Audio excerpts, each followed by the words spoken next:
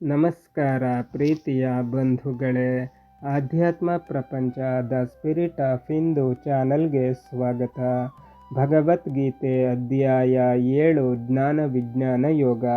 ಶ್ಲೋಕ 10.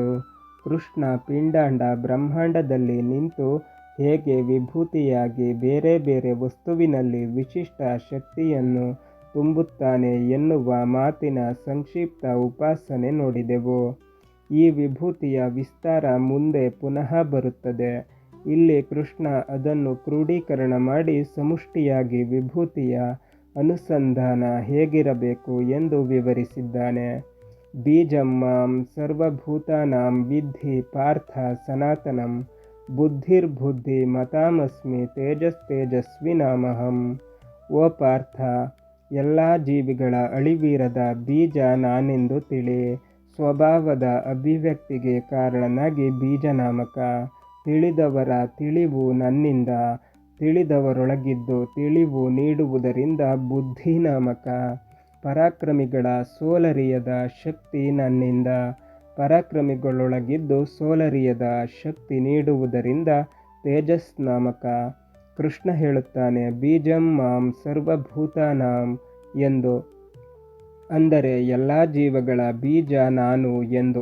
ಬೀಜ ಎಂದಾಗ ನಮಗೆ ಸಾಮಾನ್ಯವಾಗಿ ನೆನಪಿಗೆ ಬರುವುದು ಮರಗಿಡದ ಬೀಜ. ಈ ಬೀಜವನ್ನು ಬಿತ್ತಿದಾಗ ಅದು ಮರವಾಗಿ ಬೆಳೆಯುತ್ತದೆ. ಅಂದರೆ ಮರಕ್ಕೆ ಬೀಜ ಉಪಾದಾನ ಕಾರಣ. ಹಾಗೆ ಭಗವಂತ ಕೂಡ ಈ ಜಗತ್ತಿಗೆ ಉಪಾದಾನ ಕಾರಣವೇ. ಇದು ನಮ್ಮ ಮುಂದೆ ಬರುವ ಮೊದಲ ಪ್ರಶ್ನೆ. ಇದನ್ನು ತಿಳಿಯಬೇಕಾದರೆ ಮೊದಲು ನಾವು ಬೀಜ ಅನ್ನುವ ಪದದ ಆಧ್ಯಾತ್ಮಿಕ ಅರ್ಥ ವಿಶೇಷವನ್ನು ಅರಿಯಬೇಕು. ಬೀಜ ಎನ್ನುವುದು ಅಂಜು ಧಾತುವಿನಿಂದ ಬಂದಿರುವುದು.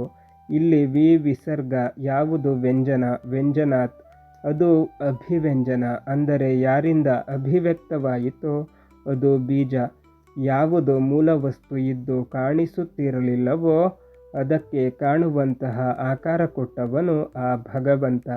ಅಂದರೆ ಸೂಕ್ಷ್ಮ ರೂಪದಲ್ಲಿ ತುಂಬಿದ್ದ ಈ ಅವ್ಯಕ್ತ ಪ್ರಪಂಚಕ್ಕೆ ವ್ಯಕ್ತವಾದ ರೂಪ ಕೊಟ್ಟವ.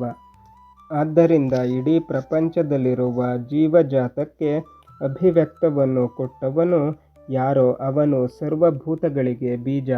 ಈ ಜಗತ್ತಿಗೆ ತಂದೆಯೂ ತಾಯಿಯೂ ಆದ ಆ ಭಗವಂತ ಬೀಜ.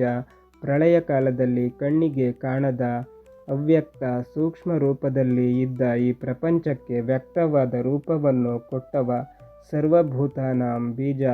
ಜಗತ್ತಿನ ಸಮಸ್ತ ಜೀವಜಾತಕ್ಕೆ, ಅಂದರೆ ಚತುರ್ಮುಖ, ಪ್ರಾಣ, ಗರುಡ, ಶೇಷ, ರುದ್ರ, ಇಂದ್ರ, ಕಾಮ, ಸರ್ವ ದೇವತೆಗಳು, ಮಾನವರು, ವನಸ್ಪತಿಗಳು ಇತ್ಯಾದಿ.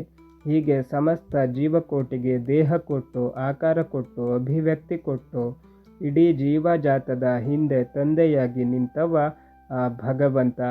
ಈ ಪ್ರಪಂಚದಲ್ಲಿ ಯಾವ ಯಾವ ಜೀವಜಾತವಿದೆ, ಆ ಜೀವಜಾತದಲ್ಲಿರುವ ವಿಶೇಷ ಶಕ್ತಿ ಹಿಂದೆ ಕಾರಣ ಪುರುಷನಾಗಿ ವ್ಯಕ್ತಿತ್ವ ವಿಕಸನಕ್ಕೆ ಮೂಲ ಕಾರಣನಾಗಿ ಆ ಭಗವಂತ ನಿಂತಿದ್ದಾನೆ. ನಮಗಿರುವ ಬೀಜದ ಇನ್ನೊಂದು ಕಲ್ಪನೆ, ಅದು ಮರವಾಗಿ ಬೆಳೆದಾಗ ತನ್ನ ಆಕಾರವನ್ನು ಕಳೆದುಕೊಳ್ಳುತ್ತದೆ ಎನ್ನುವುದು. ಆದರೆ ಭಗವಂತ ಸನಾತನ. ಇಲ್ಲಿ ಕೃಷ್ಣ ಹೇಳುತ್ತಾನೆ, ನಾನು ನಾನಾಗಿಯೇ ಇದ್ದು ಪ್ರಪಂಚಕ್ಕೆ ಆಕಾರ ಕೊಡುತ್ತೇನೆ ಎಂದು. ಅಂದರೆ ಭಗವಂತ ಎಂದೂ ಬದಲಾಗುವುದಿಲ್ಲ, ಆದರೆ ಪ್ರಪಂಚ ಬದಲಾಗುತ್ತದೆ.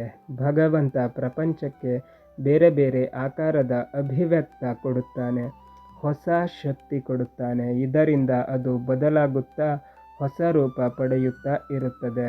ಇದಕ್ಕೆ ಕಾರಣ ಪುರುಷನಾದ ಭಗವಂತ ಮಾತ್ರ ಎಲ್ಲ ಕಾಲದಲ್ಲೂ ಏಕರೂಪದಲ್ಲಿರುತ್ತಾನೆ. ಹೀಗೆ ಭಗವಂತ ಸಮಸ್ತ ಭೂತಗಳಿಗೆ ಬೀಜ ಮತ್ತು ಆತ ಸನಾತನ.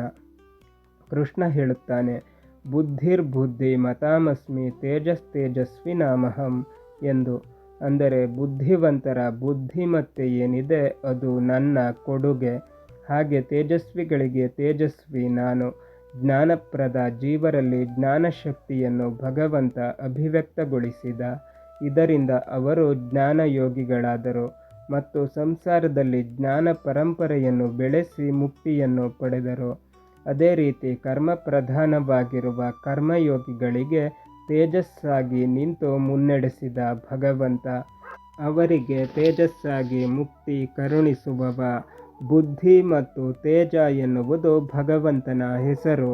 ಜ್ಞಾನದ ಅಪಾರ ಮತ್ತು ಅನಂತ ಕಡಲಾಗಿರುವ ಭಗವಂತ. ಬುದ್ಧಿ, ದೇಹಬಲ, ಆತ್ಮಬಲ ಎಲ್ಲವೂ ಪೂರ್ಣ ಪ್ರಮಾಣದಲ್ಲಿರುವ ಸರ್ವಸಮರ್ಥ ಭಗವಂತ ತೇಜ. ಬಂಧುಗಳೇ, ಭಗವದ್ಗೀತೆ ಅಧ್ಯಾಯ 7 ಜ್ಞಾನ ವಿಜ್ಞಾನ ಯೋಗ ಮುಂದುವರಿಯುತ್ತದೆ. ಅಲ್ಲಿಯ ತನಕ ನಮ್ಮ ಚಾನಲನ್ನು ನೋಡ್ತಾ ಇರಿ. ಎಲ್ಲ ವಿಡಿಯೋಗಳನ್ನು ನೋಡಿ, ಶೇರ್ ಮಾಡಿ, ಲೈಕ್ ಮಾಡಿ, ಕಮೆಂಟ್ ಮಾಡಿ, ಹಾಗೆ ನಮ್ಮ ಚಾನಲನ್ನು ಸಬ್ಸ್ಕ್ರೈಬ್ ಮಾಡಿ.